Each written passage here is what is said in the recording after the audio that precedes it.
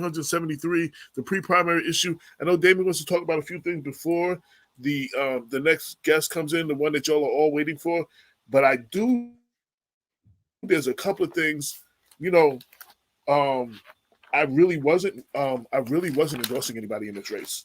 But this is the city that I live in, and there's a couple of things, man, that we just got to do. And I was watching some stuff, and I wrote down some notes, and I was like, yo, one of the things. So, and this is Black Westchester. We give you real talk for the community. We give you news with the Black point of view. We're unapologetic, and I really, up until I made the decision 48 hours before that, I really wasn't endorsing any of the candidates. But I personally, AJ Woodson, as the editor-in-chief of Black Westchester, have had several conversations. Public safety is my number one issue because of where I live. And I've had several conversations with the current mayor. What can we do to end this senseless gun violence? What is your plan? We need a plan. And I've had extensive conversations, one-on-one conversations with her on the phone. I spoke out at Jesse and Save Mount Vernon, had a rally the day she did her city and the state. And I don't usually speak. I'm usually on the other side, covering those. But I spoke not as the editor of Black Westchester, not as the first vice president of the NAACP, as a resident, who was a block away from where a young man was killed at 10 a.m. in broad daylight. All of these guns and stuff is around me. All of the shootings and stuff is around me. All of this stuff is around me at any given point. Yo, and not just in this administration. Hell, when Richard Thomas was in office, they were having a My Brother's Keeper thing at the Dole Center, and I usually come out the 7th Avenue exit and walk a half a block home.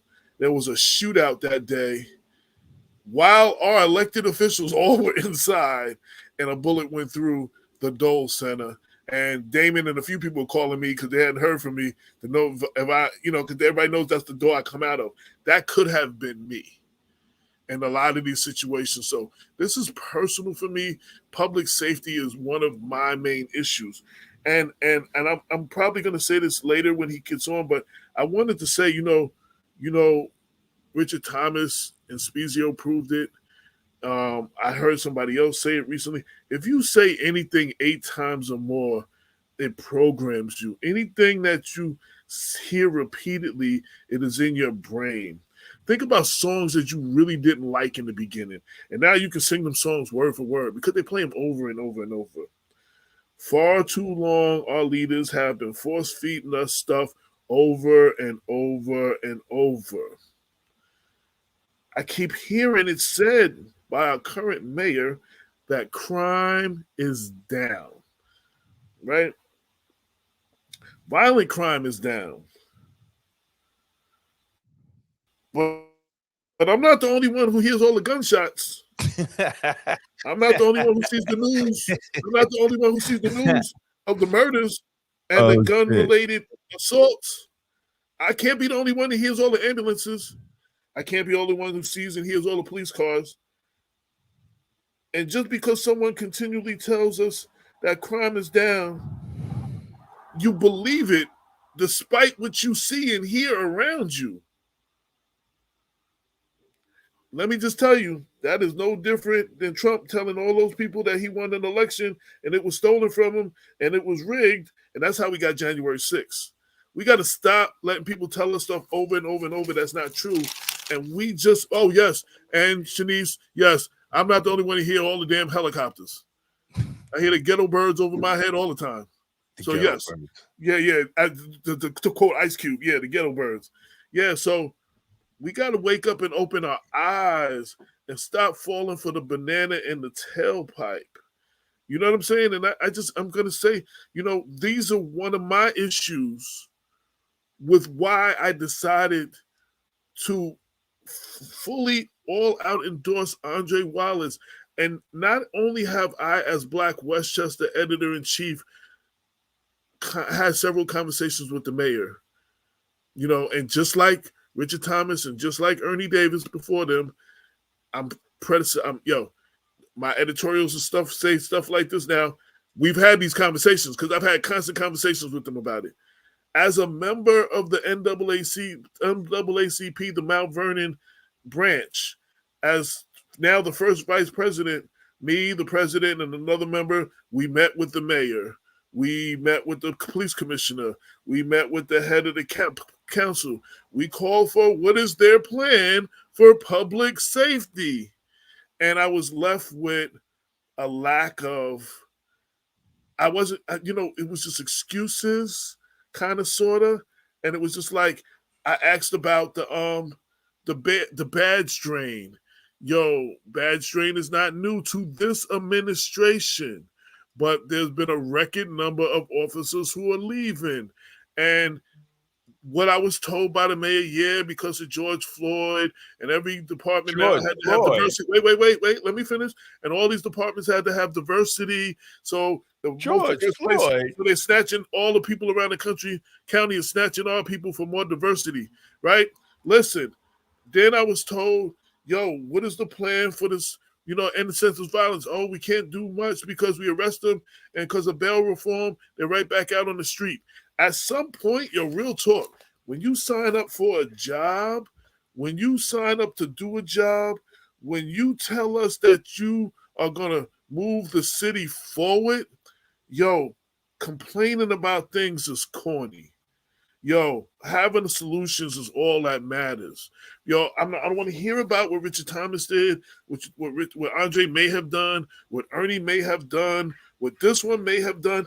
You are the chief cook and bottle washer. You're the CEO of the city. You are the HNIC. Whatever you want to say, you're the one. The buck stops with you. You get credit for things that go good that you may not have put in place, like Memorial Field, that opened on your watch. You know what I'm saying? And you're going to get credit for that. And the bridges, which a lot of that, some of that was Rich. Some of that might have been Andre. Like those things, some of those bridges, but they opened on your watch. So you get credit for the good things that happen. You can't, and you take that credit. You can't shy away when bad things happen and come up with excuses. Now, Vernon is at a situation right now where we no longer have time for any excuses. Somebody got to get up and roll their sleeves and do what's necessary to be done. And what that means is, you got to break some eggs to make some omelets. People in this county and people in this city want to do the happy-go-lucky thing and only say the good things. Where has that gotten you? Not dealing with the issues. Where has that gotten us? Somebody has to come in and make some real hard decisions.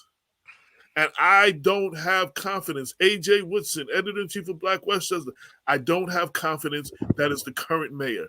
And I'm saying this, and again, I gave all fairness, and let me finish before you say anything. I gave all fairness. I moderated the debate, and I gave all fairness, and was accused of favoring her, which is ridiculous.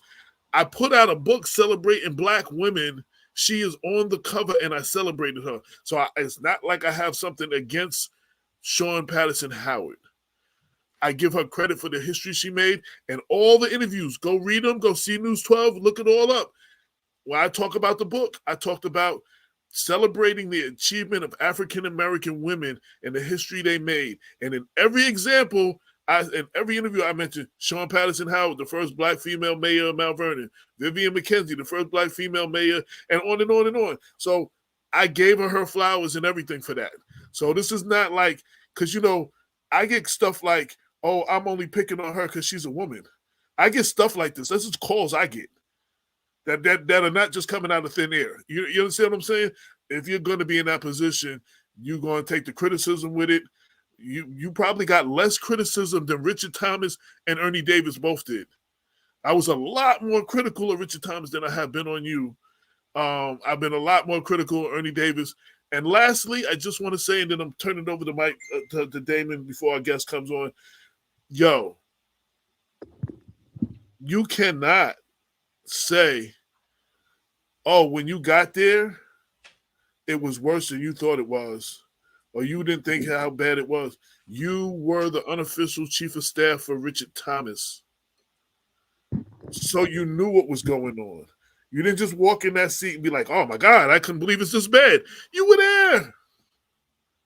So those are the reasons going into, and more, going into the decision to endorse Andre Wallace. Now, the rest of y'all, that said, you expected it. You knew that I was going to do it anyway and all this. I'm glad you knew stuff that I didn't know. And you know what? I'm going to get blamed. I got blamed for being too nice to Sean in the debate. And now I'm getting blamed for doing this, for being on Andre's payroll or something or whatever. Dude, I just going to have to take it with a grain of salt. There's going to be people that's going to be critical no matter what you're going to do. And this election, as a Mount Vernon resident, is too important for me not to speak out or speak my mind as a voter, as a resident, and as the editor-in-chief of the main premier Black media voice in Westchester County. I have to do, Sean is a nice person. We have to stop voting for people because they're nice persons. We got to stop voting for people because we went to high school with them. We got to stop voting for people. Even though I gave Yadira her praise because she could be the first Black woman, I also said that's not a reason, the first woman of color, the first person of color, period, to be mayor of New Rochelle. That's not a reason to vote for that. We have to vote for bigger issues than that, than the color of the person, the gender of the person. We have to make more educated decisions at the ballot box. And we have to think for ourselves and stop letting these people tell us over and over and over stuff that we know that's not true, that our eyes and our ears can tell that are not true. Keep going, man. I'm writing some notes here. Oh, okay. So, D. Wilson says Andre Wallace has my vote. Shanice, who's an Andre Wallace person, for the record, says support Andre Wallace. He's there to do a job, not to get a job. Lauren Carter, who is running for city council, said, that's right, AJ, you can't take credit for the accomplishment, even when you had nothing to do with them, but don't create responsibility for the problems. Adrian Mitch says, people live under a rock. Sometimes being the first doesn't mean anything if what you do doesn't have good, lasting impressions. Whoa, I like that. Go ahead, girl. Leave that up a little longer so everybody can see it. Just like, So we're going to keep it real. We're not here to make friends. I'm not here. I'm sometimes the most loved and the most hated person in the city. I'm not going to stop. And no matter what I do, y'all people, 100% of y'all are never going to like me anyway or agree with me anyway. So I might as well just keep it real. And this is how I feel. Well, and I mean, you got to be the ones to say it when nobody else is going to say it. That's the only way it should be. So here, look, man. I've been trying to stay quiet this election, but what I see yesterday from the Democratic Party of Mount Vernon is complete buffoonery. When the PBA president, when there's a discrepancy of the rise in crime, and just give me 1 minute because I wanna be factual. Yeah, I have to be factual on what I'm saying. So I just want to, okay. So when the PBA president puts out a statement and robberies in Mount Vernon have increased 10%, aggravated assaults have increased by 16.8%, burglaries 24%, overall crime is 14%, but firearm-related assaults has risen in Mount Vernon 54%. Now, when I see Black pastors standing up with these issues that affect everyday people in Mount Vernon, that affect our elderly, affect our children, affect our women, affects our families. And nobody has anything to say about that. When I see the highest ranking law enforcement officer, Tish James, in New York State, come in Mount Vernon, who completely made a goddamn mess of the whole Richard Thomas and Mayor incident, come and speak. And you have crime stats that are up by 54%. When I see Kathy Hochul opening up her mouth about Mount Vernon, and she can't even get money for the city to get a hospital. See, this is the status quo. This is what a lot of us has been talking about for years. This is the reason Black Westchester was put together, because the status quo has fought against the people for justice. Blacks and whites, Democrats and Republicans. But nobody has a problem when firearm aggravated assaults against people in Mount Vernon is up 54%. And they're clapping. Yay! They're clapping. Are you kidding me? See, this is the problem with Black communities, man. We have to get our shit together. And then what's going to happen? What's going to happen? January 1st, swear back in, then everybody want to complain for 4 years, and young men and women and elderly people are going to lose their lives. And then we just want to complain, but we don't want change. How long is the status quo are going to continue in this city, and the city continues to go down? And I know people will say, "Oh, well, hey, Brother Damon, you ain't from Mount Vernon." No, I'm not. I know I'm not. But my wife gives her life to that city. I have a son that lives in that city. I have a grandbaby that lives in that city. I got family members that live in that city. Family business. I got a family business in that city. I pay taxes in that city. And not only that, some of y'all that's watching, I raised your children in the county jail because the city didn't have any type of resources to make sure that they got job training and proper education, that they could be proper adults and they ain't have to go out there and gang bang and sell drugs and rob people. I was their parent. For 33 years, I watched young men and women from Mount Vernon come in that county jail.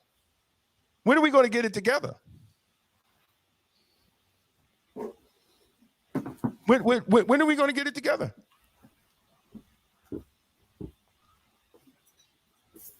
Sooner or later, it has to change for the better.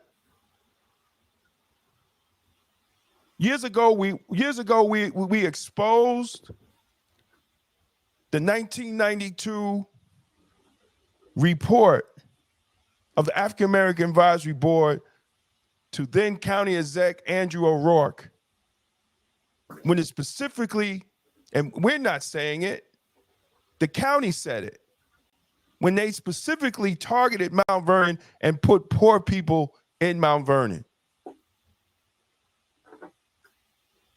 And it goes on today. That's why low-income housing keeps rising in Mount Vernon. And you don't see it in any other city or community in Westchester County, but Mount Vernon. But nobody's giving Mount Vernon the actual funding to take care of the poor people that they're putting in the city. And hence, after 20 years, what do you have? Crime and violence. You have crime and violence. Where other cities are growing with movie theaters, malls, right? Building their tax base. They want to sell you a dream on Starbucks. Starbucks ain't going to help your tax base. And the fact of the matter is, the average income in Mount Vernon don't even make enough money to have a Starbucks. They said, well, you got it in Target. Yeah, but that's Pelham. It's more of a Pelham side than Mount Vernon. We got to have an honest conversation here. See, because people don't want to have those conversations.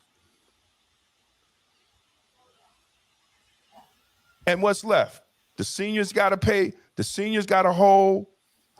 The seniors got to hold down the taxes. The homeowners got to hold down the taxes. We just had the controller on a couple of weeks ago, where it was hard for the seniors to pay the taxes because the taxes is rising and the services are declining. And how are you going to get business? How are you going to get, first of all, how the hell are you going to get a Starbucks when firearm aggravated assault is up 54%? Who's going to open up a Starbucks with all that crime?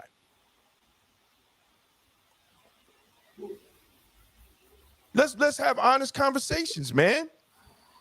And it's sad, and exactly in the north, and it's sad to see Jamal Bowman, Jamal Bailey, all standing there clapping, and crime is and aggravated firearm assault is up 54%. What are y'all clapping for? What is everybody clapping for? You should be ashamed of yourself. I don't care. I don't have to have any friends. But it's a damn shame when me and my wife will go out to dinner and we see a black couple that I know from another town, and the first thing they say to me, yo, man, what the fuck is wrong with the people in Mount Vernon? What the fuck is going on in Mount Vernon?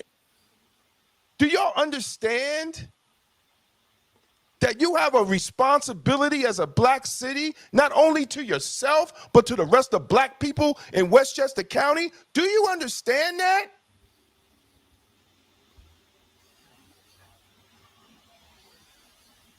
Do you understand it? You don't. You don't, because you walk around at these events like your shit is clean, and then people are fucking laughing at you. But you're not going to hear it, but I love you much. I'm going to tell you that that's what they do.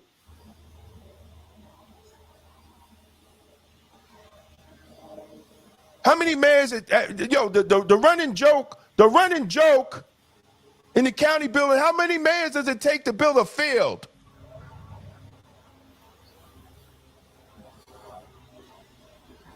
Until the county took the money back and built their own field. How many mayors? And then you got other county legislators mad because the money that they gave to the other cities, they finished their projects years ago. And then the county had to add in more millions of dollars to finish the field. How does that look for that's not black excellence, that's black buffoonery.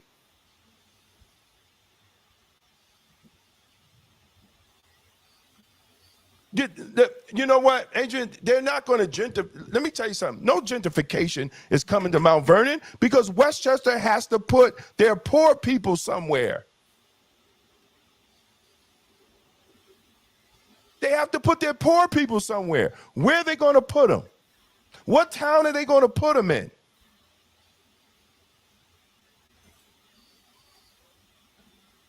Someone write what town, if they gentrify Mount Vernon, where are they putting their poor people?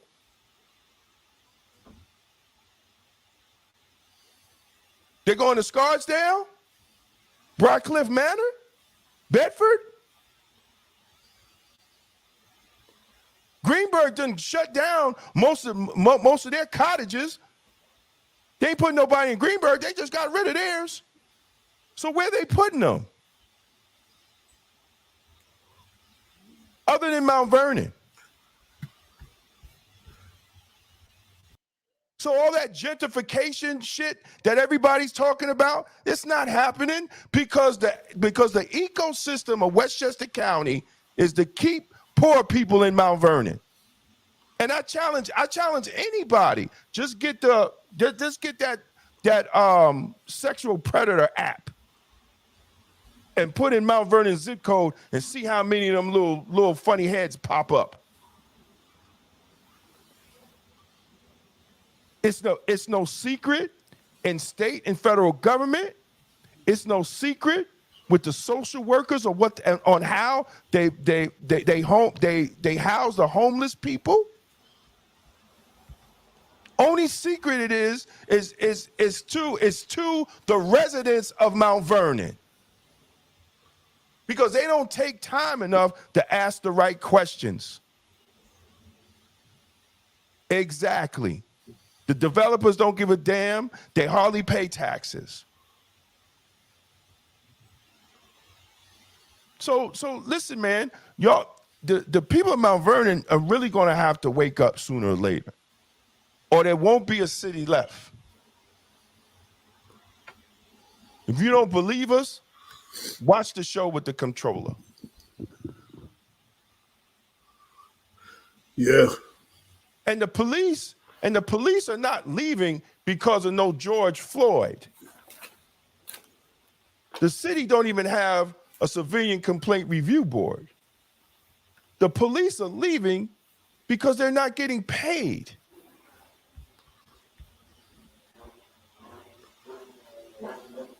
Whether they were looking, do you honestly think black cops will leave a predominantly black police department to go to other police departments that have more white people?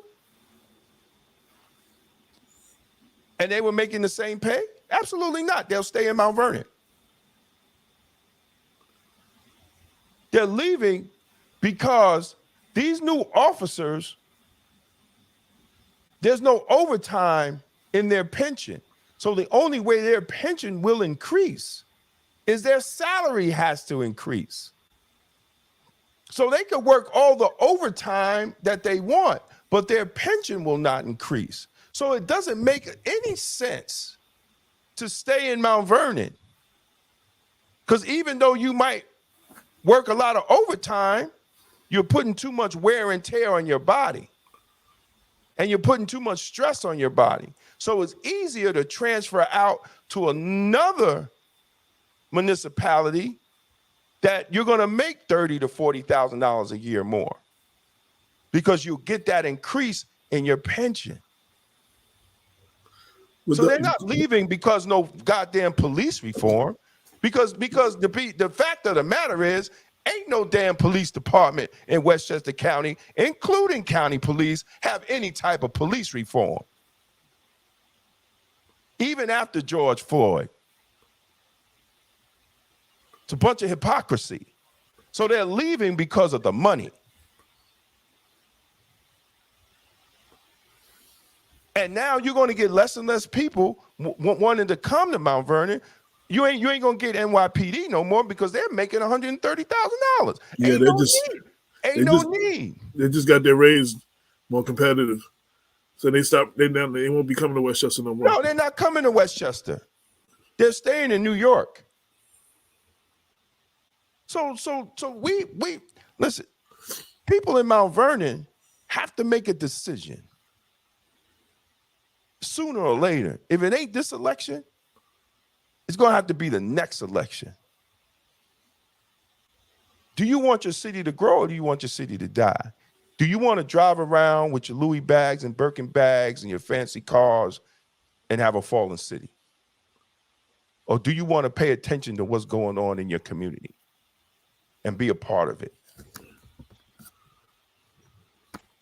Because if you've been watching our show, the different people that we had, especially the controller, the most important piece of any political city puzzle. And nobody has a plan. Starbucks is not going to infuse the city with a whole bunch of tax dollars. Nobody has a plan. You see that? You actually said something like that too earlier. Well, but you know what? Absolutely, Ray. Absolutely. I'm sorry. This is it. After this, it's over. It's over. And all due respects to Madam Mayor, I mean, my brother AJ has been asking you for 3 years for a plan. Not just for police department, but overall. Oops.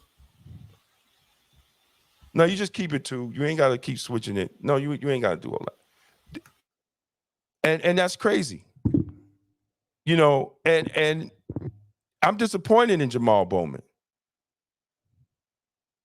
Dude, your chief of staff was calling me and telling me how Sean Patterson Howard dissed you. And you stand up there clapping.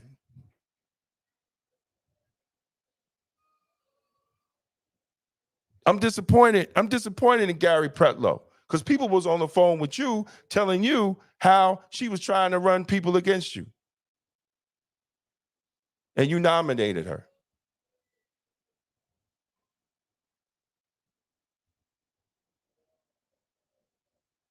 I don't care. We just got to call it what we see it because this is the status quo. And what's the other senator name? Jamal Bailey? Yo, before you go any further? No, look. Jamal Bailey. We had 2 senators, Jamal Bailey and Biaggi, who lost. And Jamal Bailey didn't act like he didn't need Mount Vernon because he had the Bronx. Now Mount Vernon has 1 state senator now. He is our sole state senator now.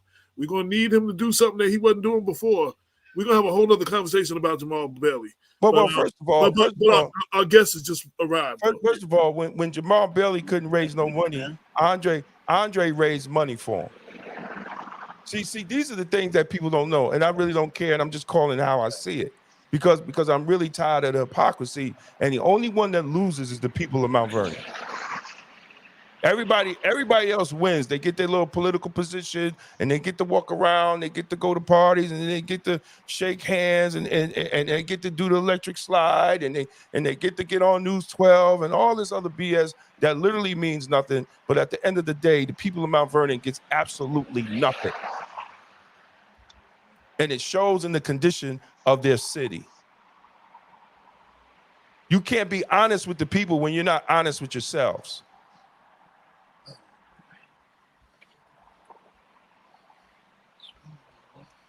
And I named the 3 black men that I'm ashamed of.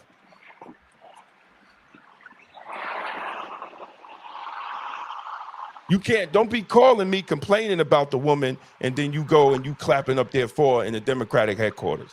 I'm not that type of dude.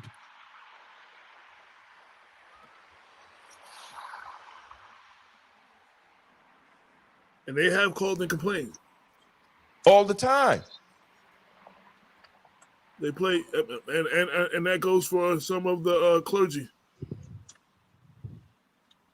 But we got former Mayor Andre Wallace in the house. What's going on? Guess where I am? Where you at? At the studio. I heard. Cupcake Cuties? No, at the studio. Cruise studio. He went to the studio. Yeah. In Yonkers? Cruise studio, yeah. Yeah. He's in the parking lot right now. There. Yes, Negro, we ain't been there since COVID. Listen, this is the information I was given. You know, so I am here, and then I was just given new information and a link to call in. So here I am. You know, well, wait, you've been on the show since we've been like this since we ain't been at the studio. Listen, COVID is over. I thought we back to normal. I thought we were gonna be in the studio. Nah. They never opened the studio back up, and Cruz is touring with his girl Lisa, and he's the tour DJ, and he ain't thinking about that studio no more. And they wanted to raise his rent too, like some really crazy rent too. All right. I want to say, he said, blame Dr. Bob. He got fired before he was even hired. LOL. Well, I ain't gonna blame Dr. Bob. Dr. Bob is working overtime, so and he can make a couple of these mistakes because he got a whole lot on his plate. You know, he's working hard and doing what we got to do to win an election. I said something just before you got here, and I want to say it, and I want to kick off the conversation with you. They say if you hear anything 8 times, it programs you. Anything that you hear repeatedly is in your brain. Think about songs that you don't like, and now you can sing word for word.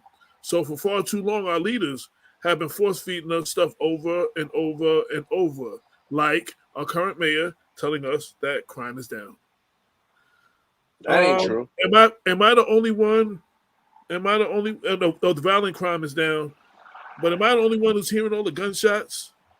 Am I the only one who sees the news of the murders and of the gun-related assaults? Am I the only one who hears the ambulances and the helicopters and see and hear the police cars? Because someone continually tells you crime is down, don't believe it. Because you got to go by what you can hear and you can see. Yo, this is no different than Trump, who told all those people that he won an election and the election was rigged and stolen from him. And that's how we got January 6th. It's time that we open our ears and we wake up. And I'm just saying this specifically for this one incident. Yo, that's right. AJ Woodson, who lives on South 7th Avenue, y'all know where I live. I do not feel safer than I did 3 years ago. I feel less safe. I am the public, and I do not feel safe. And I do not feel that this administration has had a plan. I have called continually over the last couple of years, asking what the plan is, talking about the whole situation. I spoke at a Save Mount Vernon rally, talking about public safety when the young man got killed 10 o'clock in the morning in Leicester Towers. As a member of the NAACP, I was over there too. As a member of the NAACP, we met with the mayor, the police commissioner who ain't around no more. He got fired, and the head of the council, demanding a plan for public safety. Because when it gets hot, crime rises as the mercury rises. You know what I'm saying? This was happening in the winter and in the spring. You know what I'm saying? It wasn't even hot yet, and there was still no plan. I can confidently say, after continual conversation, there is no plan for public safety, and I have lost confidence in the current mayor. I lost confidence in the mayor, and that is why Black Westchester, is endorsing Andre Wallace, because I feel we need a change. And this is no pre-thought out thing. Andre had no knowledge that he was being endorsed, because I told everybody I wasn't endorsing nobody. But as I was going over and over and over this, at some point, I'm like, you know what? I tell people that they need to speak up. I would be a hypocrite if I sat down and was quiet. And I live in this city, on the south side of the city, where the guns go pop every day, where all of these things happen around me all the time. So public safety being my number one issue, and then the retention of the police, retaining the police and the badge drain and all that stuff. I've lost confidence in this mayor, and that's why Andre Wallace is on right now on our pre-primary episode, getting our endorsement. Well, I do appreciate that, and you're right. I didn't have any knowledge of it. I found out from somebody else who texted me and said, "Hey, Black, congratulations." I was like, "On what?" They said, "Black Westchester endorsed you," and that's how I found out, from somebody else. I've been busy knocking on doors and speaking to people all the time, so I didn't get a chance to see a lot of different things that's happening. But thank you, gentlemen, for the endorsement. And I really appreciate it. When we have these conversations, I see these rallies going on and everything. I've asked for a plan. I've asked to see what their plan is. I've asked, for the basic little things of what they're going to do. And she has no plan, none at all. She's working off of the no plan. And that's a plan, but it ain't no real plan. You know, we have to do something about these guns in our streets. We have to do something about our kids shooting each other. And some haven't even started yet. I heard shots in my neighborhood last night. You know, it's out of control. But you know what? We're down about 50 cops. Okay, she defunded the police by $1 million. That's another thing. And then you know, with the rotating shifts and the way you're treating the cops, they can't handle that. They can't keep working like that. It's already, the badge drain is one thing, the brain strain is another, and it's stressful it's very stressful for police. You know, who would want to be here? And then you stress them out to a point where now they're upset, they're stressed, they're strapped, they're mentally, you know, I wouldn't say unstable, because they still go out there and do their job, but they're feeling it. And then what happens is they run into one of our community members, and it's not going the way that it should, because somebody just had to say one little thing to trigger them off. But it's not even what it is with that person that they encounter. It's all of it all together. Not getting a raise, not making enough money. You know, there's people that need to do overtime so they can pay their rent.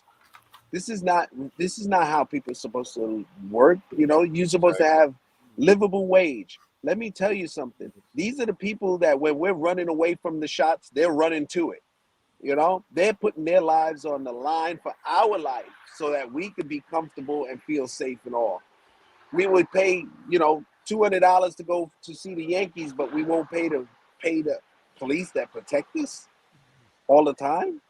You know, we do that, and we have to understand you have to take care of fire, police, DPW. These are the services that we need. And none of them are being done, you know, properly. And it's a shame. The building department, you're taking 14 months to get a permit, if you even get it at all, because most people give up before they get a chance to get it. I've run into people that I've knocked on their door that said they've been waiting for a permit for 3 years. And they said they just gave up. But they're still stuck here because they can't get a CO, they can't sell their house, they can't move out, they can't do nothing. So they're just held hostage here by a building department that is trifling, and it doesn't work. It's a shame. And, you know, there's just no words for it. There's just no words for it. So I'm going to ask you a couple of quick questions, right? Because, and I've asked these questions of the current mayor. Again, I've gotten a lot of complaints about previous administrations, about conditions after George Floyd, about bail reform and stuff. Yo, keeping it real, complaining about things is kind of corny. Having the solutions is all that matter. So I want to ask you a couple of questions, and I want you to explain what you are going to do. Not what nobody else did, not what nobody else didn't do, not whose fault it was before yours. If you win the election, we're electing you to do what needs to be done and to come up with a plan, not make excuses.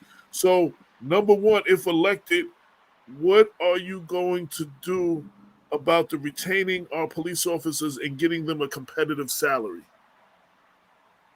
Well, basically, we have to revamp a lot of things with the police contract. Make sure that we look at all the different things on how we can consolidate the waste that is going out the doors these days. This is a mayor who said in the debate that she brought in over $400 million. How you bring in over $400 million and we broke? This still doesn't even make sense. Then she was on the radio the other day. She said it's $325 million.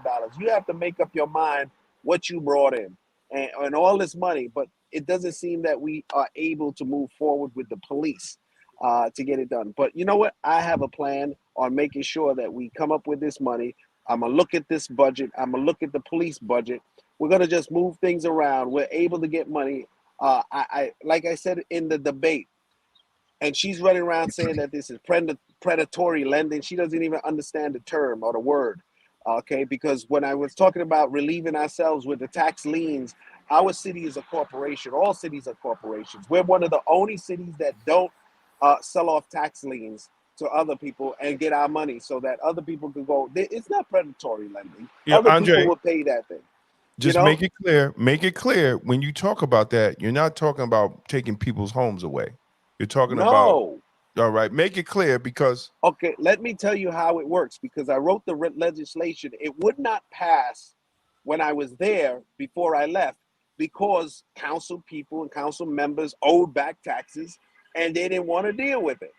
You know what happens with this process when you sell off tax liens, you banks can buy it, other investors can buy it. They buy those tax liens. What happens is if you owe $100,000 in back taxes to the city of Mount Vernon, we can sell off that tax lien to somebody. The person who buys off that tax lien and gives the city of Mount Vernon $100,000 for that tax lien could now charge 10% interest on that money, and they work it out with the person that they bought the tax lien on.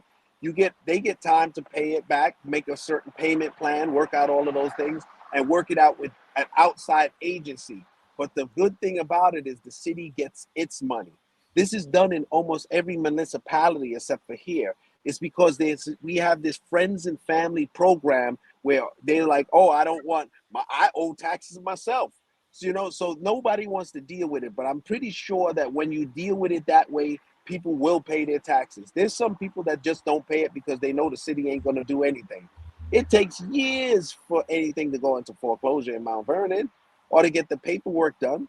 But let them work that out elsewhere. Nobody holds this kind of debt. If this was a corporation, a major corporation, which Mount Vernon is a corporation like every other city, okay, the CEO would have been fired a long time ago for this kind of debt. You're running around saying we have $40 million in outstanding debt. Okay, well, why are you holding the debt? That's $40 million I can take in place and pay the school system the money we owe and pay for the police contract and still have plenty of money left over to do a lot of things and tuck the rest into our coffers.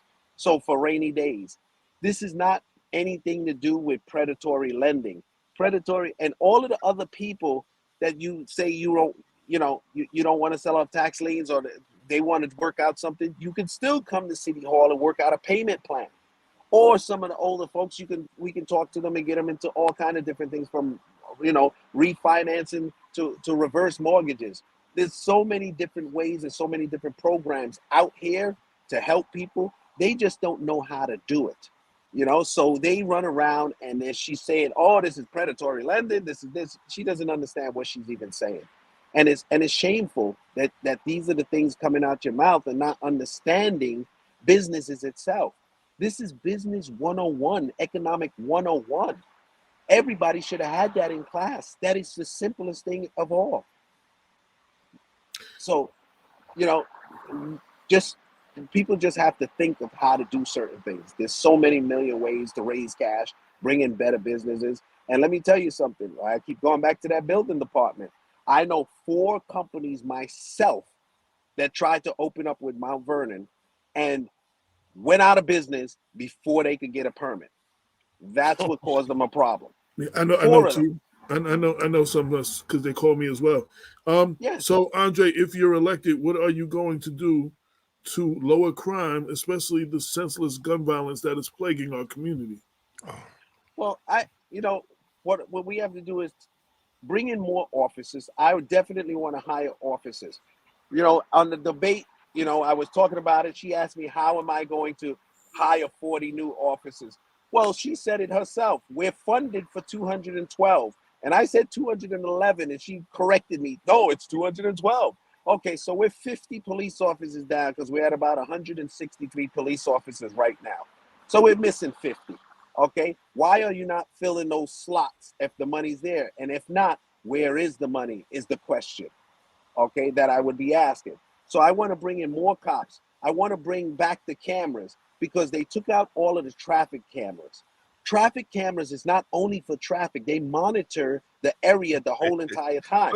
It is filming all the time. Hold on. Let's put a pause. They took out the traffic cameras. Yeah. They didn't pay for them. They didn't pay them. I think they owe money or something, right? No, she had no, because I spoke to the company myself. Okay. They wanted to negotiate and all this stuff because let me tell you, Mount Vernon is actually supposed to be collecting the money for the tickets from the cameras. They don't even collect the money. And when they were collecting whatever they were not paying the camera company. That is why we owe them. Oh, that's what it was, money. Right. Mount Vernon collected money and didn't pay nobody. They were just So they gangster, took the money, wait. So what whatever you're they collected, yeah, they kept. The rest of it, they had so much stuff that they didn't collect. So they had an opportunity to work it out, but the mayor didn't want to work it out. Her idea was like, take the cameras out. We don't need them. Okay. But you know what? If we would have had the cameras there, maybe we could have solved the crime from the young guy that got stabbed and died on the corner of 22 and Lincoln, you know, because those cameras operate all the time. And I know it for a fact because I remember having a conversation, calling in for a situation with the police and all, and they said, "Is that you standing there? Are you the guy in the brown shirt?" And I'm looking around like, "What the? Who's watching me?" They said, "Oh, we can see you on the camera. 911 could see me on the camera." So those cameras are looking and taping all the time. You put those in, you got to deal with that. You know, we have to work with our auxiliaries, our peace officers, create and promote even more of them and put them into play. So there's a lot of ways to improve this police force, but the most important thing is getting a commissioner and some top people that understand how to do this job and work it from there. So, Andre, if elected, what are you going to do to bring in more businesses to Mount Vernon so we can stop increasing taxes and there's nothing to show for your tax dollars? My sister lives in Northern Virginia. She said her taxes are high, but you know, every time she leaves her house, she can see her tax dollars at work, and she does not mind paying those taxes. Mount Vernon, the taxes are high, and people cannot see their tax dollars at work. Yeah, well, you got to understand when it comes to Mount Vernon, our tax system and stuff is backwards because we ran out our industry out of so many spots in Mount Vernon to put affordable and low income housing there and rebuilt all of that stuff. So you took out things and you rezoned I zones and you put housing there and all of that stuff and pushed out a lot of the business. 88% of the taxes that are raised from Mount Vernon is raised by the homeowners. Okay, only 12% is coming from business, which means we're getting less tax because businesses pay a higher utilization tax. Plus, they create jobs and you get all kind of the sales tax and everything. What we need to do before we could bring anybody here is we have to circle back again to crime because nobody's going to open up a business and move here if they feel unsafe. That's one. So that is why I'm going to make sure our safety is paramount and that we take care of those things. Then we're going to start bringing in businesses and open Mount Vernon for real business. Okay, bringing in the bigger stores and the bigger shops that want to be here. But you have to create an environment that works for them so that they can do it. Now she's talking about Starbucks visiting Mount Vernon. Well, Starbucks was here. We had a contract. Starbucks was going to open in Gramerton. She shut that down. Okay, Mount Vernon, Oh, I really? brought in a deal to take over the Mount Vernon Hospital and get that running and functional as a city nonprofit, not-for-profit hospital with $65 million we had, which was, and anybody can tell you, that's why I say I shout out Gary Pretlow because he was in the meetings. I shout out Pastor Poe because he was in the meetings. I shout out Ruth Hassel-Thompson. She was in the meetings. All these people were on these Zoom calls with these people. And even with Crespo, who was assemblyman in the Bronx, now works for Montefiore Hospital. And I spoke to him many times and I said, listen, you guys don't think this is real. Okay, I'm ready to come to your office with a good faith deposit of a $10 million check. Just tell me and give me the word. And I had to go to get the check and get ready to deliver. Nothing happened because the mayor blocked it because it was me. So now we have a hospital that is not that is not also dysfunctional, can't help you. It's I would say over exaggerated urgent care because all they could do is bandage you up. You got a little girl, Kayla, that died 1 block away from the hospital because they can't help you. We got kids that shot in the community. We have to take them to another city to get any kind of hospital or medical help. Seniors have to be bussed out of here to go take their dialysis and all these other kind of things because Mount Vernon is just right now a hospital where they're dumping homeless people from New York City and other places and leaving them in our city. Give them a sandwich and they put them right back on our streets. That place needs to be fixed up. There is a So lot of other let me, opportunity for businesses that I want to bring in as well to develop, and I'm going to release all of those things after the election. You will see, I'm not going to wait till November for all of that stuff. After this primary, okay, you will see the drawings rendering of a new Mount Vernon. And I'm sure people are going to be very happy, and I'm going to reveal many of the big investors. And just remember, RXR, I brought them as a councilman here to Mount Vernon first. That was my connection, RXR. I met with them in their office downtown. Those are my friends. I know those people. And they wouldn't build here because they said we're not ready because of the political nonsense and people trying to shake them down. That is why they have cranes in New Rochelle and they're building in New Rochelle, but they won't come here because they don't feel comfortable under this administration. So that has to change. And you will see let me, how we roll out all these businesses. Andre, let me ask you a question, man. Let me ask you a question. If Gary Pretlow was there and he knows what all the things that could be happening, what's going on, man? Why would he nominate her when he knows that you were doing all the good things that you were doing? Well, you know how it is. The I'm just Democratic asking a Party, question because Democrat. we have to have these conversations, because these conversations, whether you win or lose, we're hoping that you win. Whether you win or lose, people will have to be held accountable. Because we're still, we're still seeing the nonsense, right? And I know you personally. I know the hard worker. I know you're a hands-on guy. Like I joke with you. Absolutely. I joke with you, and I'm like, dude, I don't want to have to call you and tell you to get off the paving machine, right? Because you try to keep the pay, because you want all the potholes gone. You're going to be the one driving through the city on the paving machine. You Because got that right. because that's how you are. But Yep. I mean, it's to the level of craziness when people are there and they witnessing the things that you're doing. They're there. And they still fall for this type of city politics that just doesn't move the city forward. Yeah, see, the problem I see with the friends and family program that I see entrenched in City Hall and entrenched in our community, because it's a very few people and a little crowd and gang of people, because Mount Vernon is very tribalistic, you know, and a lot of folks need to understand that. It's only a few that's running this show, and I call it the friends and family program because they're all tightly in connection with, this one's married to that one, this one has a baby from that one is the cousin of this one. So everybody there is hired based on one of these kind of things, or good friend or something like that, or sorority sister, whatever it may be, but not based on their talent. That needs to really be the issue. So I see a lot of stuff with some other politicians that I'm not even going to name and get into it and stuff, but with them and some of the clergy too. Self-preservation is their number one thing, and it's about themselves. Because when you come out and you jump out and you say, okay, I'm going to endorse this, endorse that, they do this even though they know it's not right, but it's good for themselves because it will benefit themselves and not the better or the greater of the community. So a lot of this is about enriching themselves, and it's more or less like, as long as I'm okay, I don't really care about what happens to the rest, as long as I can put food on my table.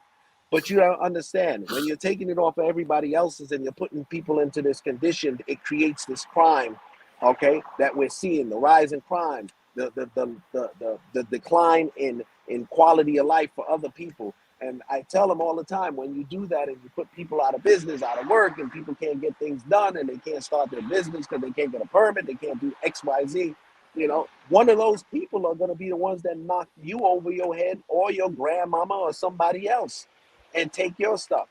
So you have to make sure that people are living a good quality life. You have to help them. You have to lift them up. When they're down, you don't kick them. You reach your hand down and you pull them upward. That's what community is about. A lot of the, and I'm not knocking the politicians and certain people, okay, but they do what they have to do to maintain their own position and stuff, and they're not going to step out of it because it's about them. and surviving. You lead me into my last question that I did have. If elected, what are you going to do? We're getting back to teaching trades, teaching a man to fish. I asked this question because when I first met you, you had a thriving OSHA and construction core curriculum classes that I know personally, because I helped sign some of the people up and I sat in there, them classes, that some of them young people that couldn't find jobs and stuff, they took your core curriculum class, which was free to them if they qualified or whatever, and they ended up working for the construction, doing construction jobs, and a few of them have gone on to become union construction. Even Damon's son was working on the building over there in Graventon or whatever for like over a year or something, that finishing that building. Yeah. So I you mentioned before teaching a man to fish. I want you to speak on what are your plan for that, because everybody coming out to high school is not college bound. But absolutely, we need but trades, mechanics, and all these other things. These are careers that people can feed their family and buy a house and raise their family on and stuff.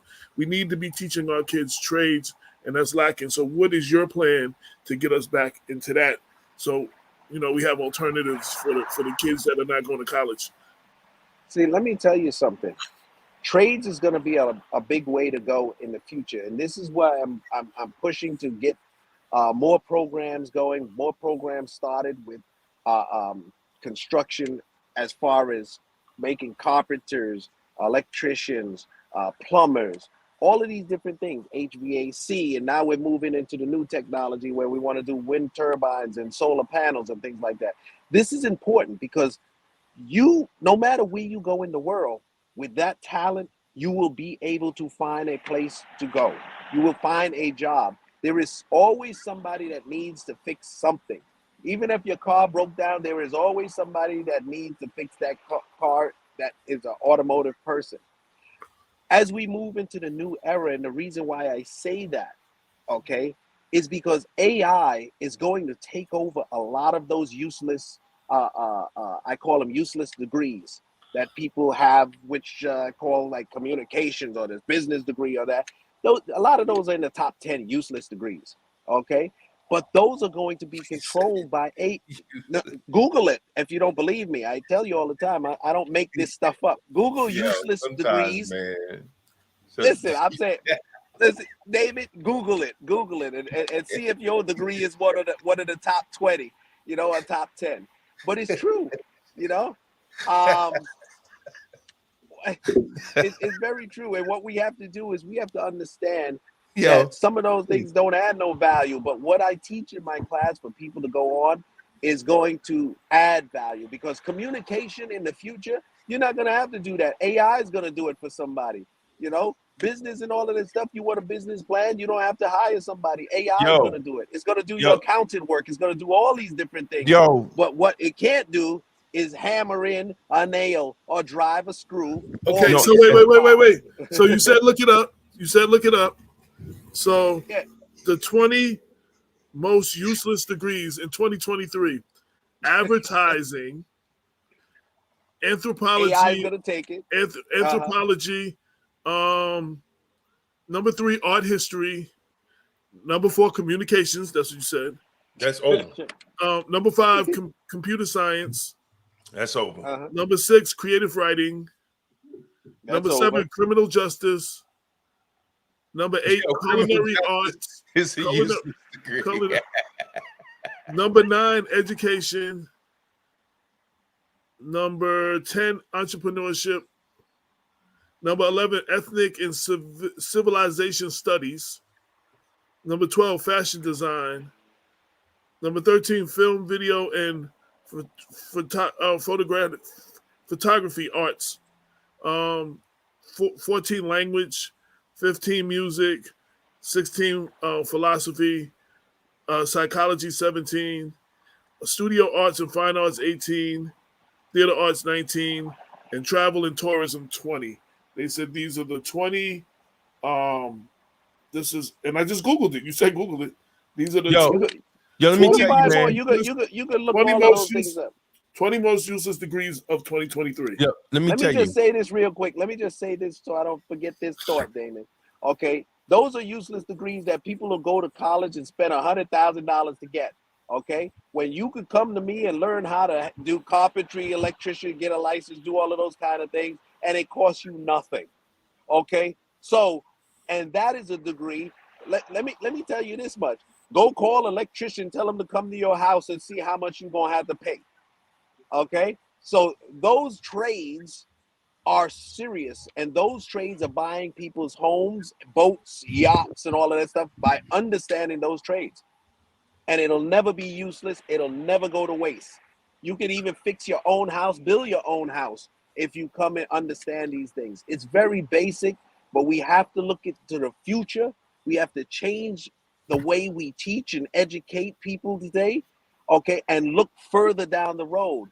You know, you got to look at this thermal heating and all of these other things that we need to gear the future of our children in society to, because the rest AI is going to take over.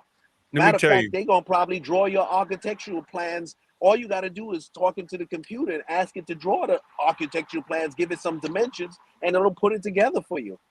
But you still need somebody to build it. And that's where all of these youth are going to come so valuable in our community.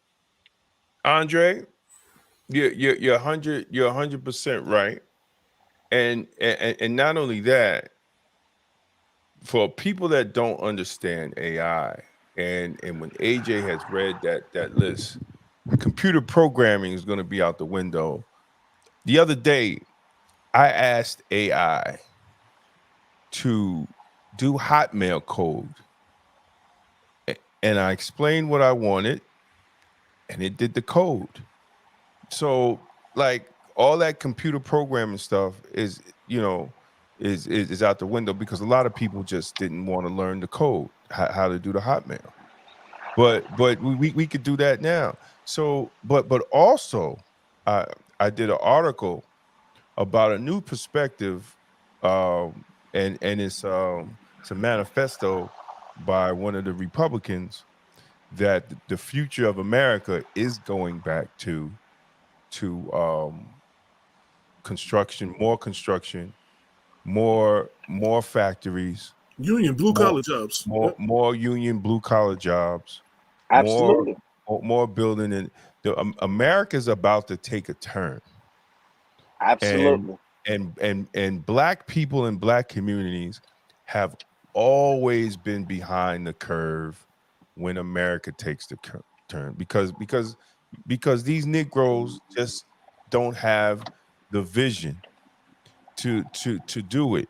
And it's good that you're trying to teach these kids to get in front of the 8 ball, because it's about to take the current turn, and we're going to get left behind. And then the people that don't look like us is going to benefit from it again, because Yeah. we're not training our children to get into these fields, and be prepared. I remember I was in high school. They was talking about computers. Black folks ain't getting involved in computers. They were telling black folks, "Listen, man, learn Spanish. You going to need it. You going to need it, Yeah. right?" And we ain't do that. We ain't become only bilingual. We got is English and Negro, right? So that's all we bilingual in, right? So when do we have to have not just our local leaders, but our political leaders, to see what's coming down the line, and not only prepare the city, but prepare the residents and the children that's coming out of high school to get in front of the curve, because everybody else is doing it but black people. And unfortunately, everybody else is doing it but Mount Vernon. See, what I have to explain also is that we listen, after this election, I hope, God willing, and I believe I'm going to win. And when we win this election, Mount Vernon will no longer be the tail. We will be the head. I can see so clearly what has made me successful in my business over the year and for over the 30 years. I've been self-employed for the last 40 years, 30, 40 years. Okay. because I can see things ahead of time. And God has given me that gift to be able to see down the road. So I'm very blessed and lucky with that. So this is what I pass on to everybody else. I see what's coming. I see what's down the road heading our way. And if we don't educate our people and get them ready for what I see, okay, we're going to be behind the curve again. You know, we're going to be left back and left behind. So we have to jump ahead. Right now, what I want to do also is start to work within the city thing. We need to train our people that work for the city as well. Give them other training and opportunities so that they can build up, so that they can build a better Mount Vernon. You can't have people in Mount Vernon hired and they say I'm hired in a trade skill, and you ain't got no trade. That don't make no sense. So we're gonna have to change that. If we can't get rid of those folks, we better teach them something and educate them so that they can do better out here for the people of Mount Vernon. All of this needs to change. All of it needs to change. Sorry, I want to ask one question, and I want to give you any chances to wrap up anything we didn't ask you, because I know you out and campaigning and stuff. Damon, and the first part is for Damon, because I need you to clarify if my information is right, that city employees couldn't get the list of foreclosed houses or something so they could buy a house. You know, there was something, wasn't there something like that? Was there yes or no? Just yes or no? Yes. Yeah, I remember something. Okay, like so that. so I one thing that I want to hear you talk about, I'm not hearing nobody talk about, getting our city employees, working with them with like first time home ownership or something, getting some of these foreclosed houses or something, maybe giving our, our fire, our police or whatever, a discounted, first homeowner, whatever discount to get. You create more homeowners. You understand, more people that work for the city that are invested in the city. That kind of seems like a win-win, but I haven't heard any of the last 4 or 5 mayors talk about none of that in none of their debates or nothing like that. So I'm just saying, can you speak on something like that? Yeah, I spoke about that as a councilman 6 years ago. I told everybody that we need to run a lottery for our police and firefighters and those people like school teachers that work here but can't afford to live here. Okay, I had the banks lined up, other people lined up. This way they can take those zombie homes, all that belongs to the city, get it off our tax roll, put it into somebody else's hands, because you know what? The minute we turn it over to somebody, we start collecting taxes on that. But what we do is we give them the property, lotto it off, work with it. You have to live in that house for at least 10 years. We make that one of the prerequisites to having that home. Okay, we help them with the loan, the modifications, all of the stuff, so that they can get this thing built. Not only that, when we use a pilot to build or do any kind of residentials, if you're going to use a pilot, you use it for that. You get people to build new homes in Mount Vernon, get those homes going, get those renovated and stuff. And then from there, you say, okay, if taxes is 20, I'm just giving an example. If taxes is $20,000 a year, okay, we're going to start you off at $10,000 a year. And then it's going to be 11, then 12. So people can grow into those homes and be able to, still work, maintain, and have a nice, decent place to own. Because let me tell you something, if they own it, they will take care of it. And the thing about Mount Vernon, people are losing their homes today. We have 1,400 foreclosures, which is really over 1,400 foreclosures. Okay, all of the ones that the city owned property, get them back on the tax roll. Not only that, let me just say this to you. We lost $4.2 million to Mega Beverage.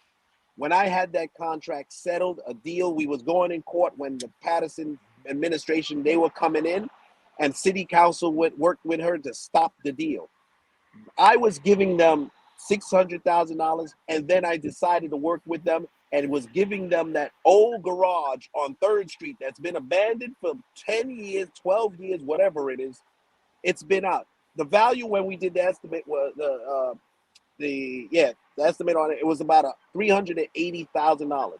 So my plan was give it to Mega Beverage, let them move their business in, even though they moved out of town now up to wherever it is up north, and bought a big building. We lost 30 employees. If we would have gave them that, which was the plan, it would have just cost us $380,000. We would have made that back after they moved in, and we reassessed the property, go through things, and get it on the tax roll. We'll make that money back in a matter of 3-4 years. But instead, we lost $4.2 million on a case that I said we can't win. Incompetence is expensive, and I continuously say that. Because when people do stupid and foolish things, it costs everybody money. You know, I had the Keila Tennis Center, you know, ready to go. We were in negotiations. They stopped it when I was on the way out the door because they think that I was giving him a good deal of $1 million. Well, fellas, we lost 15 now. Okay, I'm in the construction industry and I have 6 other businesses. I get sued all the time. Slip and fall. This one hurt his hand. That one this, that one that. You got to know when to settle things. You got to look at things. There's sometimes people slip and fall or hurt. They claim they hurt their ankle or whatever on one of the jobs. Okay, I give you $6,000. You know why? Because it's going to cost me $60,000 with the attorneys in fees. You have to be able to mitigate these things. That's business. This is why we are in debt. This is why we continue to have these problems, because you have people there that don't understand how to do business. Okay. And Mount Vernon is a corporation. Every homeowner and every person that purchased property in Mount Vernon is an investor in this corporation. We want to see our investments go up, not go down.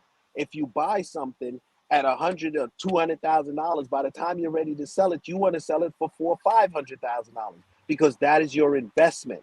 You don't want to be able to sell it for less because the community has depreciated. Because as taxes rise and she continues to do this, our values in property has decreased. That's how it works. But we need to turn it around. We need to make it, make it right and make it affordable, make it safe for everybody in Mount Vernon. That's what we need to do. And anything I didn't ask you, why should people vote for you? I know that the primary is Tuesday. Some people have already made up their mind, but I know there's a lot of people who are still undecided. They're not sold on either candidate, and some people that's even talking about sitting out this election. So why should they vote for you? Why are you the person we should vote for? Well, they want to vote for me because I have a true and honest track record that people could see. And if you saw what I did in 4 months, just imagine if you gave me 4 years. Okay? I'm not going there to get a job. I'm going to do a job. She needs a job, not me. I have a career. I have a business. Okay? It's 2 different reasons for why we are there. Mine is not self-preservation. Mine is not living off of the city check. And I said all the time, I will do the job for free. Okay, if you just let me run my own business and do what I'm doing on the outside, I'm not worried about going there to get that kind of money because I was making that kind of salary when I was 26 years old. So it's not a big deal to me. But I'm not bragging about it or saying anything about that. I just say that when you really are into something or you want to see something done right, you will do it. And money doesn't matter. When I was in the music business, and musicians are the same way. They don't care if they're, long as they're true to the art, I'm true to fixing up Mount Vernon and making it happen. And, under that, I was able to clear, in 4 months, I was able to get the water department back on track, recover money from the water department, stop the stealing, stop all of the stuff that's going, send the corporate counsel to jail for his actions of doing these kind of things. Get the city fire trucks that it needed, started cleaning up the city. Got the police station in order by removing some of the bad apples. We didn't have not one murder, not one shot, not one stabbing, nothing during that time. We cleaned up Memorial Field. I got rid of the $650,000 in fines, okay, to make sure that, Memorial Field got cleaned up and we got that on track. And don't believe the hype, everybody. Mayor Patterson had nothing to do with Memorial Field. I cleaned it up. I turned it around, did what had to be done, and we passed it over to the county to build. All she was good at was cutting the ribbon 3 or 4 times. And every time you turn around, she's cutting the ribbon again. Okay? But the bottom line is I cleaned it up. I did it. She's going around telling people she did that. I finished up the bridges before I left. Okay? and had a schedule that I promoted and I published so that people could see it. And I still have it. You can go online and see the thing. It was published in the paper. It was published in my monthly letter out to the public, you know, and I don't take credit for anything I didn't do. That's why I tell people, you know, Richard Thomas, he really did complete the 14th Avenue Bridge. He went there, he fought with the Metro North and MTA to get that done. I fought with them and got the rest of those bridges done. So even the bridge that she's talking about now, the Fulton Avenue Bridge, that is going to be named the Ruth Hassel Thompson Bridge, along with the train station, which is going to be named the Mount Vernon East will now be named the Ruth Hassel Thompson train station. It's being done, and the only reason it's last is because that bridge is a historical bridge, so it has to be done in the right way because it's a landmark type of bridge, and they're just renovating it to keep it to its natural. Okay, the only bridge I give her credit for is the 3rd Avenue, Fulton Avenue Bridge on 3rd Street. 3rd Street and Fulton Avenue, that bridge that's collapsing. I give her credit for that bridge, and you know why? Bridge because that's collapsing. Yeah, and I give her credit because she allowed them to build a building right where you are not supposed to build up a building, put that weight on there, and now it's crumbling. And they're going to blame it on it happening over time. No, it didn't. I have the pictures, and I'll show it to you guys. I'm going to give it to you, AJ. Inside, they're putting up a building, and right in front of the building, it says, weight load 3,500 pounds. But you put a building there.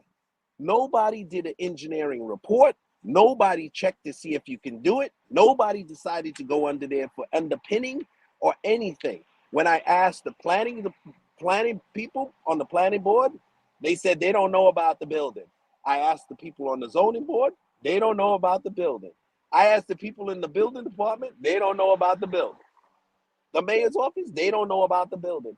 How could you let a building get built, okay, on the bridge, collapsing the whole entire area, and nobody knows? But if somebody is fixing their front door of their house, the building department know about it, roll up on you and give you a fine.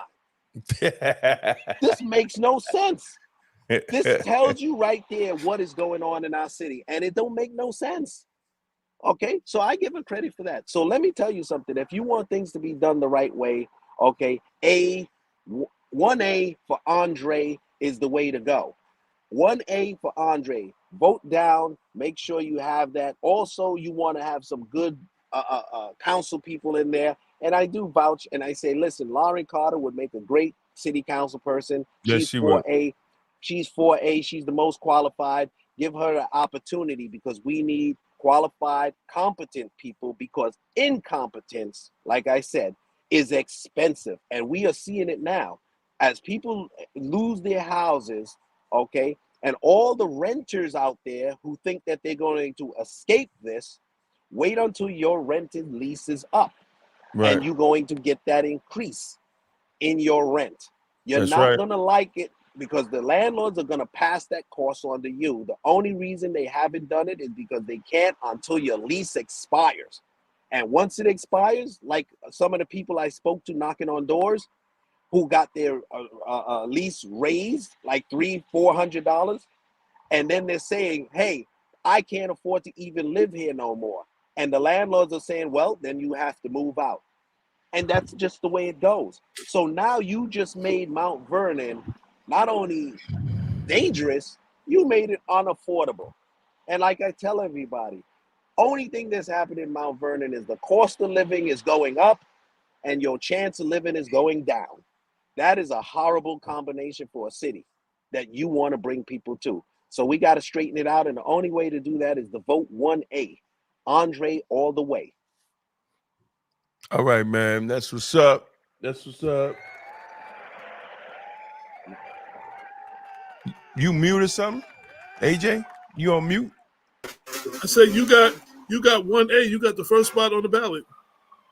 Well, listen, that's because the Lord wants everybody to know that I am number one choice.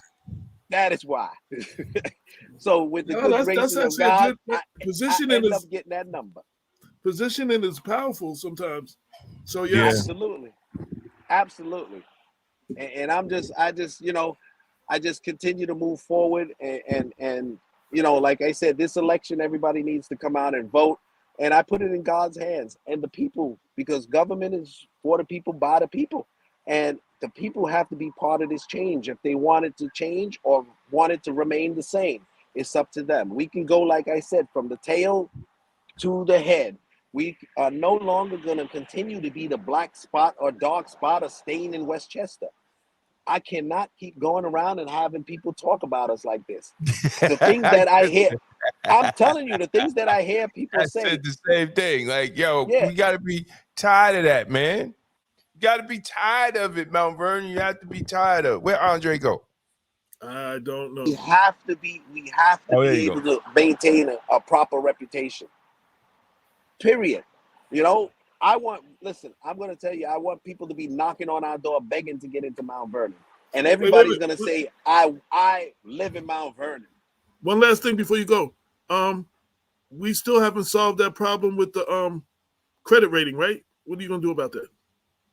I'm going to fix the credit rating. That's a no-brainer. Remember, the mayor that came in right now, Mayor Patterson, when we debated, if you go back to the tapes, when we ran and had the debate at Grace, she said she knew I'm quoting her, she knows the problems of the city and really understand it and will fix it. And she has a great working relationship with Deborah Reynolds. That is her quote. Okay, well, 3.5 years later, it's still not fixed. And Deborah's not there because she couldn't even work with Deborah. And people say, okay, I can't work with people. But look, I got all those things done with Deborah in office. I still was able to do it. But you can't fix a simple credit rating. You can't close books. Before I left, I closed many of the books on the URA, also the IDA, the water department. You telling me you can't close the books? It is a shame. Okay, and we are on a cash-based run city. You can't run business like that, and they can't get credit. But you know what? I can. All you got to do is vote Andre Wallace 1A all the way, and I'll tell you right now, we will see how we change this city around and make sure that it works for everybody. That is a promise. That is a promise that I'm making on Black Westchester. So hold on to this tape. And hold on to this show, okay? So then you could say I said it when I did. So when it happens, I can say roll the tape. Damon. Nah, man, you said everything that need to be said, and we're gonna roll into the 27th, and God willing, the people will make the right choice. I mean, if not, I just real quick. I know this. I was just looking at something. So Newark, Mayor Ras Baraka, which is a great brother. He's a good brother. Met him a few times. Yeah, he's great. They're selling their houses. That's my suing partner. They're selling their homes for $1. They're having a lottery right now, and all the city homes, they're selling them back to Newark residents. And wherever the news report, wherever it was a hotel, and it was packed, bro. It was packed. And they had the lending people there to help people with their credit, to do whatever they had to do to get these people, or even the loans to fix the houses. They had everything. Some of them were just, those just are the 203Ks. Yeah, we're gonna do those. We're gonna offer 203Ks. We're gonna work with NACA. We're gonna work with all of those things. I do it every day, all day for people. So I know how those loans go. I know how people can fix those homes. You just got to give it to them. And let me tell you something.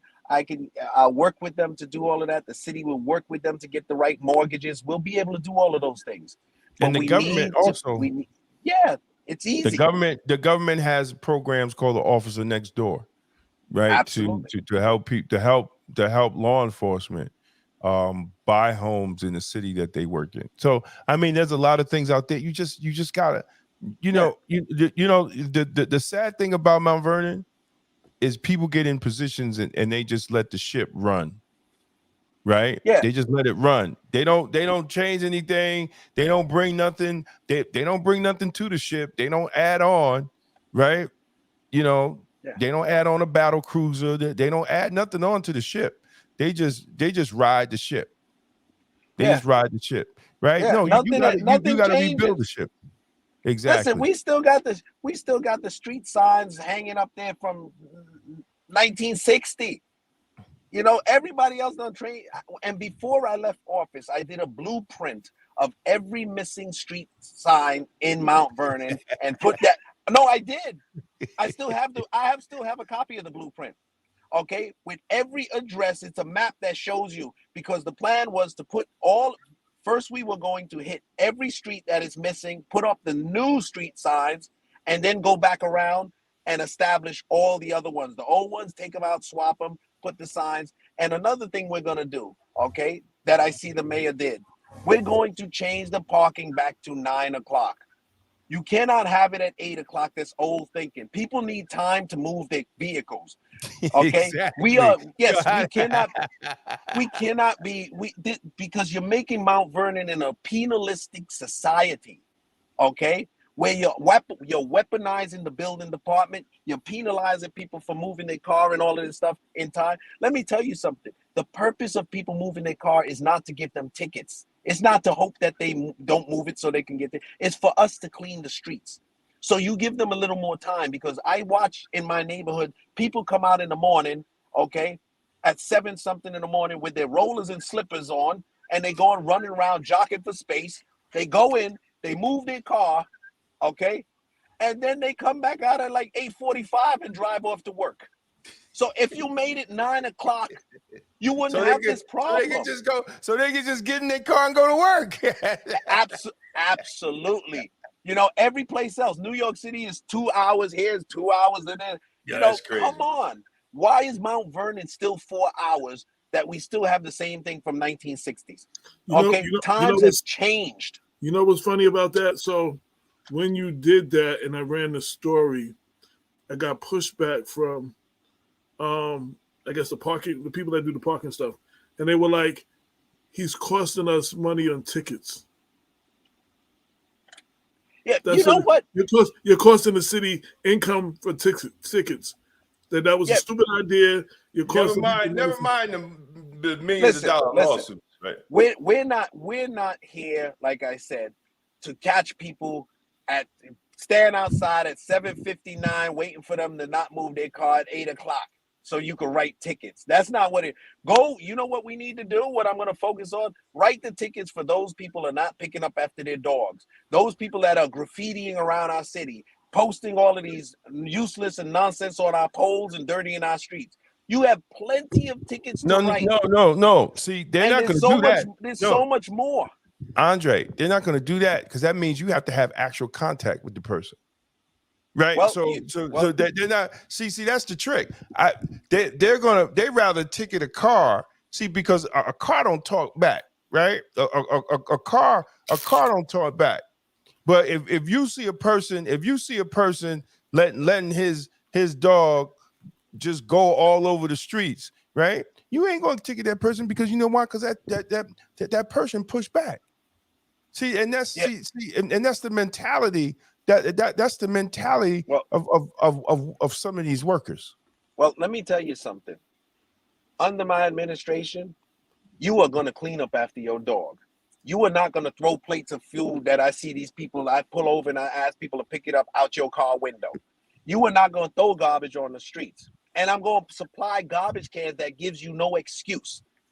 And you're not going to do broken U-turns in front of the no U-turn sign.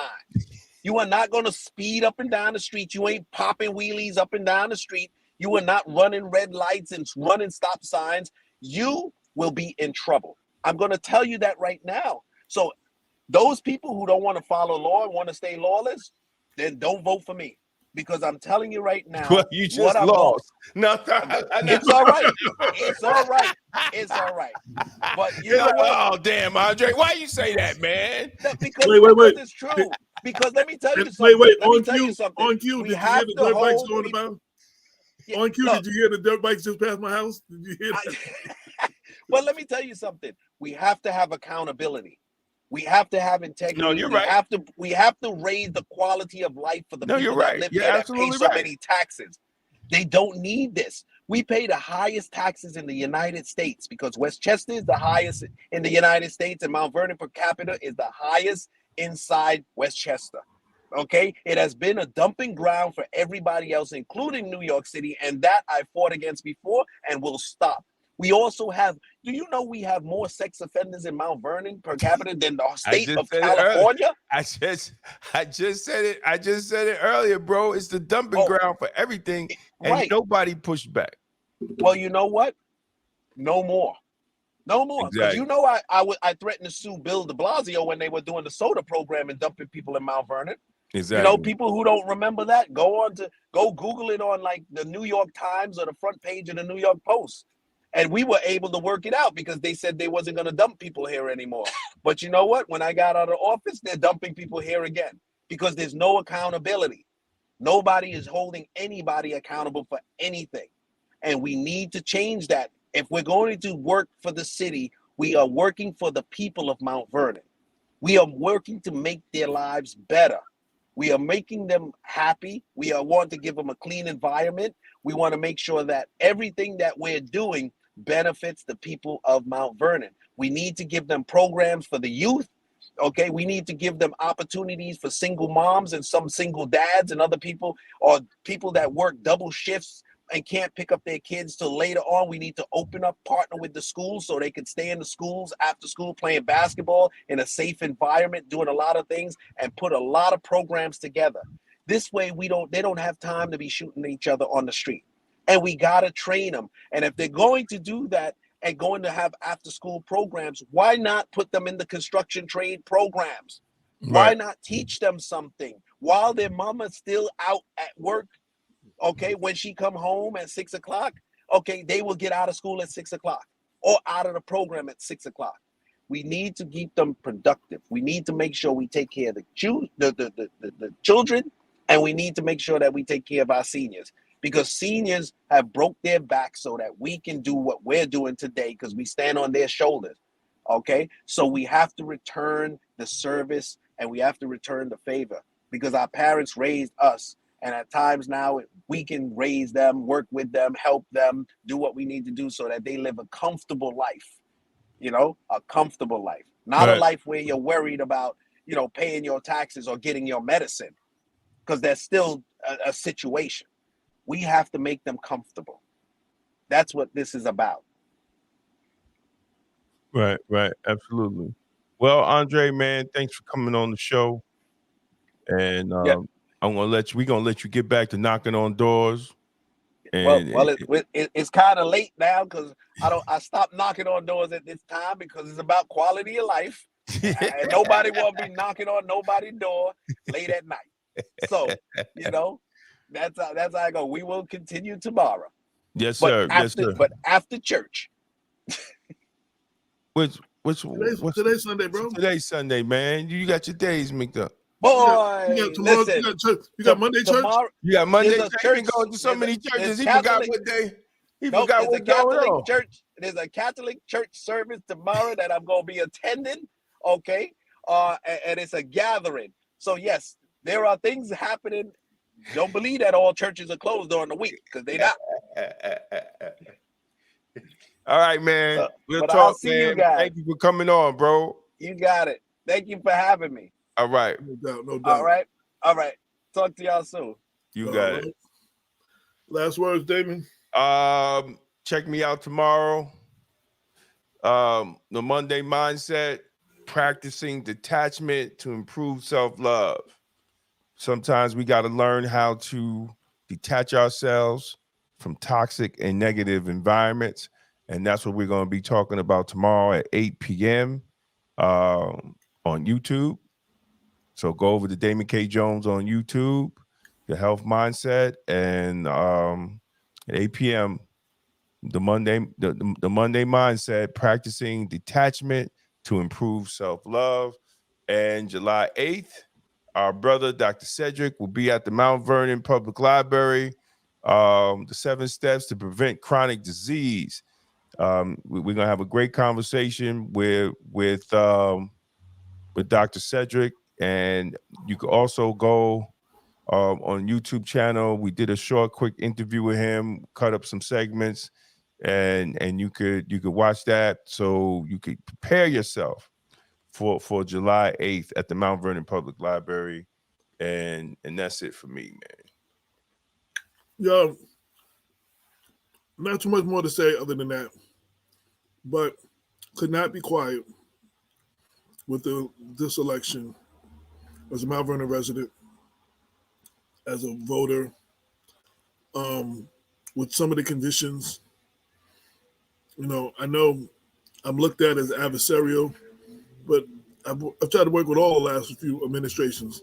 I've had these conversations over and over and over, and to no avail. The situation. The next person that's elected, unfortunately, they're not going to get a big honeymoon period. They're going to have to go in and roll up their sleeves and get busy on day one. At this point, the residents no longer want to hear another one of them bikes. No longer want to hear excuses and complaints from our elected officials that we put in office for results. We are, at this point, it's highly documented what everybody didn't do in the previous administrations. All over Facebook, y'all talked about it extensively. We do not need our elected officials getting in there and talking about who didn't do what and who doing what. What are you going to do about the situation? If elected, what are you going to do? So now you, the voter, those who have not voted, those who have not made up their mind who they're voting for, those who said they were even going to sit out in this, you have to make up your mind. Who do you think out of these two can really take the city forward? I mean, we're going to continue doing what we're doing now, and I feel less safe than I did 3 years ago. And I officially have no confidence in the current administration. That's Black Westchester stance. And again, this is not about beating her up and all those excuses that y'all want to throw. I honored her in my book. You know what I'm saying? So nobody, I got no problem with her. She's a cool person.